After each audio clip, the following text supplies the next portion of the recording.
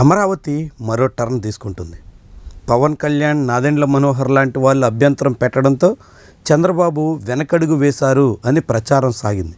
కానీ అది వాస్తవం కాదని మంత్రి నారాయణ తేల్చేశారు. పవన్ కళ్యాణ్ ఎంత అభ్యంతరం పెట్టినా అమరావతి కోసం రెండో దశ ల్యాండ్ పూలింగ్ ఆపే ప్రసక్తే లేదు అని తేల్చేశారు. ఎట్టి పరిస్థితుల్లోనూ సెకండ్ ఫేజ్ ల్యాండ్ పూలింగ్ జరిగి తీరుతుంది అన్నట్టుగా వెల్లడించారు. దానికి అనుగుణంగా ప్రణాళిక సిద్ధం చేస్తున్నాం అని చెప్పుకొచ్చారు. ఇప్పటికే సిఆర్డీఏ నిర్ణయం చేసిందని, రాష్ట్ర ప్రభుత్వం కూడా అందుకు సుముఖంగానే ఉందన్నట్టుగా మంత్రి నారాయణ చెప్పుకొస్తున్నారు. దాంతో రెండో దశ ల్యాండ్ పూలింగ్లో భాగంగా 20,900 ఎకరాల వరకు సుమారుగా సేకరించేదానికి ప్రభుత్వం సన్నాహాలు చేస్తున్నట్టుగా కనిపిస్తుంది.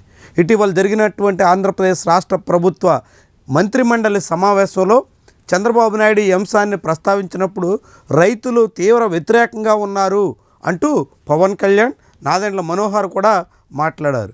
దాంతో ఆ క్యాబినెట్లో తీర్మానం చేయకుండానే సమావేశం ముగిసింది. అయితే వచ్చే సమావేశంలో పూర్తిగా తీర్మానం చేసి ల్యాండ్ పూలింగ్ ప్రక్రియకు శ్రీకారం చుట్టి మొత్తంగా 20,000 ఎకరాల పైబడినటువంటి భూములు సేకరించాలి అనే ప్రయత్నంలో రాష్ట్ర ప్రభుత్వం ఉంది.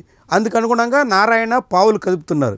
కానీ ఇప్పుడు కీలకమైనటువంటి తాటికొండ, హరిశ్చంద్రాపురం, పెదపరిమి ఇలాంటి పెద్ద గ్రామాల్లో అత్యధిక రైతాంగం తీవ్రమైనటువంటి వ్యతిరేకతతో ఉంది.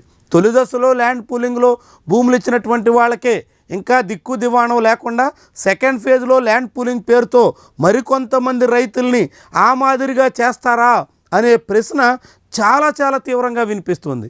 చాలా పెద్ద స్థాయిలో నేరుగా ఎమ్మెల్యేనే నిలదీసి ఎమ్మెల్యే గో బ్యాక్ అంటూ నినాదాలు చేసి తాడికొండ ఎమ్మెల్యే శ్రవణ్ కుమార్ని గ్రామసభ నుంచి వెనక్కి పంపించేటంత స్థాయిలో రైతుల ఆగ్రహం కనిపిస్తోంది.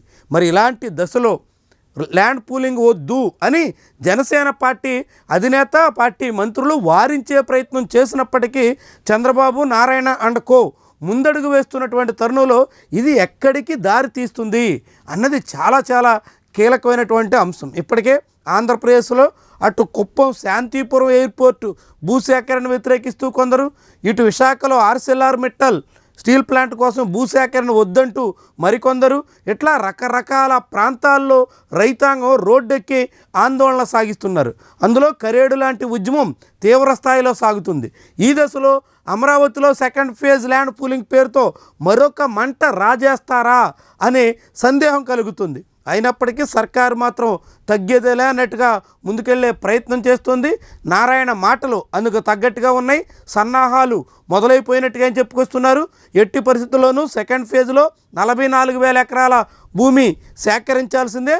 అందుకు తొలి ప్రయత్నంలో భాగంగా 20,900 ఎకరాలు సేకరించి తీరుతామన్నట్టుగా ఆయన చెప్పుకొస్తున్నారు. అందులో 5,000 ఎకరాల ఎయిర్పోర్టు, 3,000 ఎకరాల స్పోర్ట్స్ సిటీ, ఇతర మరొక 2,000 ఎకరాల భూమిలో ఇండస్ట్రియల్ కాంప్లెక్స్, ఇలాంటి అనేక నిర్మాణాల వైపు రాష్ట్ర ప్రభుత్వం ప్రయత్నాలు చేస్తున్నట్టుగా స్పష్టమవుతుంది. ఇలాంటి ప్రయత్నాలు ఏం చేసినప్పటికీ రైతులు భూములు ఇవ్వడానికి ససేమిరా అంటే మాత్రం అప్పుడు పరిస్థితి ఏమవుతుంది అన్నదే ముఖ్యమైనటువంటి అంశం.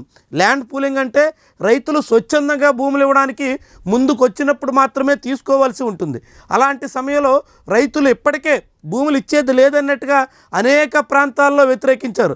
ఆఖరికి ఇప్పుడు పరిపాలన నగరంగా చెప్తున్నటువంటి కోర్ క్యాపిటల్ ఏరియాలో కూడా ఎమ్మెల్యే క్వార్టర్స్కి ఎదురుగా అనేక మంది రైతులు భూములు ఇవ్వకుండా నేటికి పంట సాగు చేసుకుంటున్న అనుభవాలు ఉన్నాయి. ఇలాంటి తరుణంలో సెకండ్ ఫేజ్ ల్యాండ్ పూలింగ్లో అత్యధిక రైతులు తిరగబడితే మాత్రం ప్రభుత్వానికి వ్యతిరేకంగా ఇప్పటికీ నిలబడుతున్నటువంటి వాళ్ళు చివరి వరకు ససేమిరా అంటే మాత్రం అది మరొక పెద్ద వివాదానికి కారణమవుతుంది. అమరావతికి చాలా పెద్ద ఆటంకం అవబోతుంది. మరి దానికి ప్రభుత్వ అధినేతలు ఏం చేయబోతున్నారు? నారాయణ, చంద్రబాబు ఎలాంటి వ్యూహాన్ని రచిస్తారు? నిజంగానే పవన్ కళ్యాణ్ మాట కాదని ప్రభుత్వం ముందడుగు వేస్తుంటే అప్పుడు జనసేనాని ఏ రీతిలో స్పందిస్తారు? ఇవన్నీ కీలకమైనటువంటి అంశాలుగా మారబోతున్నాయి.